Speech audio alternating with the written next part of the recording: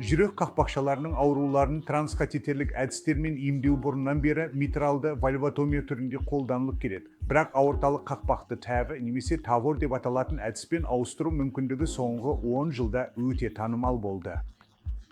Біз осы әдістердің, яғни тәві мен митралды қақпақшаға жасалатын ТМВ процедураларының пионерлеріміз. Тәві қазір өте кең таралған процедураға айналды. Әсіресе жоғары қауіп-қатерлі науқастармен хирургиялық араласуға жарамсыз деп танылғандар үшін. Және біз бұл науқастарда 99-дан жоғары сәттілікке қол жеткізіп отырмыз. Көптеген осы науқастар өте қарт, әлсіз келеді. Сондықтан бұл процедураларда тамыр арқылы кіруді аса мұқият жасауымыз керек. Біз өз нәтижелеріміздің тек қысқа мерзімде ғана емес, ұзақ мерзімде де сәті болғанын қуана айта аламыз. Нәтижелер көңіл қуантады. 80 жастағы ауыр жағдайдағы қарт адамдардың қайтадан үйіне оралып, еркін жүріп жүргенін көру бұл шынымен де қуанышты сезім. Тәві біздің өз тәжірибемізде соңғы 10 жылда айтарлықтай дамыды.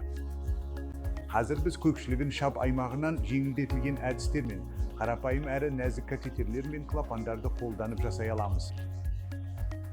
Аорта қақпақшасының барлық түрдегі ауруларын емдеуге болады. Аорта қақпақшасының кез келген тарылуы туа біткен бе, әлде қартайғандағы склероздық, дегенеративті аурулар болсын, бәрінде тиісті баллонмен кеңейтілетін немесе өздігінен кеңейетін клапандар арқылы емдеуге болады. Бізде барлық түрлі клапандармен жұмыс істеуде үлкен тәжірибе бар. Тәві жасалған науқастарда кейде ақаулар, яғни ағып кетулер қалып қояды. Мұндай жағдайларда әлемнің түкпір-түкпірінен біздің орталыққа келетіндер бар. Біз оларды тамырлық тығындар арқылы парақақпақтық ағып кетуді жабу әдісімен емдейміз. Тағы да бұл процедураны ашық ота жасамай катетер арқылы орындаймыз. Тәві немесе ТМВ-дің аралық және ұзақ мерзімді нәтижелері ашық жүрек отасымен салыстырғанда ұқсас.